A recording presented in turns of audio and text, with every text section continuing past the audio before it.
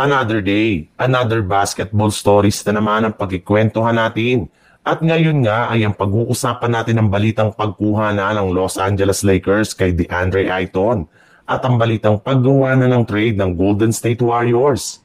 Hindi nga mga ikinatuwa ng fans ng Lakers ang umpisa ng free agency sa dami ng mga magagaling na players na hindi nila nakuha. Bukod rin dyan, tuluyan na rin naman ngang umalis sa kanilang team si Dorian Finney-Smith na pumirma ng kontrata ngayong araw sa kupunan ng Houston Rockets.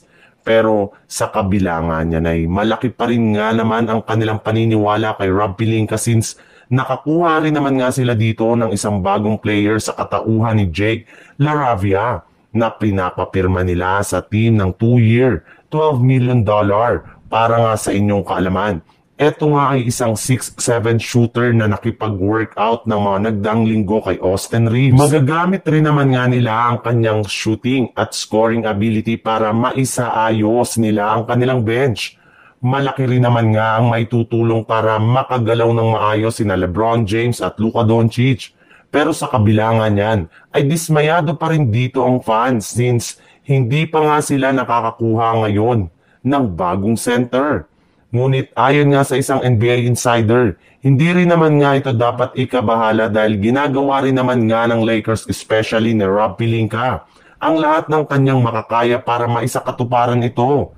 Base pa nga sa kalalabas pa lang na balita, kasalukuyan na nga daw po nitong kinakausap ang kampo ni DeAndre Ayton. At once nga daw po natuluyan ng makumpleto ang proseso ng pag-waive sa kanya ng Portland Trail Blazer ay expected na nga daw po na agad na itong pipirma ng kontrata sa Los Angeles Lakers.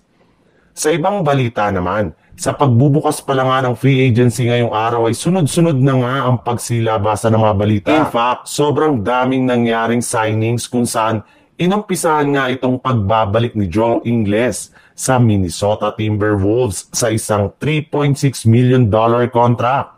Bumalik rin naman nga si Day'Ron Sharpe sa Brooklyn Nets sa isang 2-year $12 million contract. Nanatili rin naman nga si Nicolas Batum sa Los Angeles Clippers matapos siyang pumirma ng $11.5 million sa loob ng 2 taon.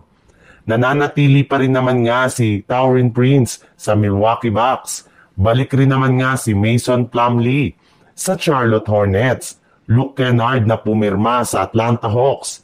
Josh Jones na nag-sign na sa Orlando Magic.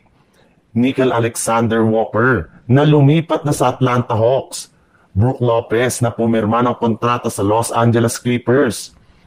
Caris LeVert na lumipat na sa Detroit Pistons. Clint Capela na bumalik na sa Houston Rockets. Luke Kornet na pumirma ng kontrata sa San Antonio Spurs. Kevin Looney na tuluyan ang umalis sa Golden State Warriors para pumirma sa New Orleans Pelicans. And speaking of Warriors, sa pagkawala nga ni Kevin Looney sa lineup ay mapipilitan na nga ang kanilang front office na gumawa ng trade para makakuha sila ng bagong ipangpapalit sa kanya na bagong center.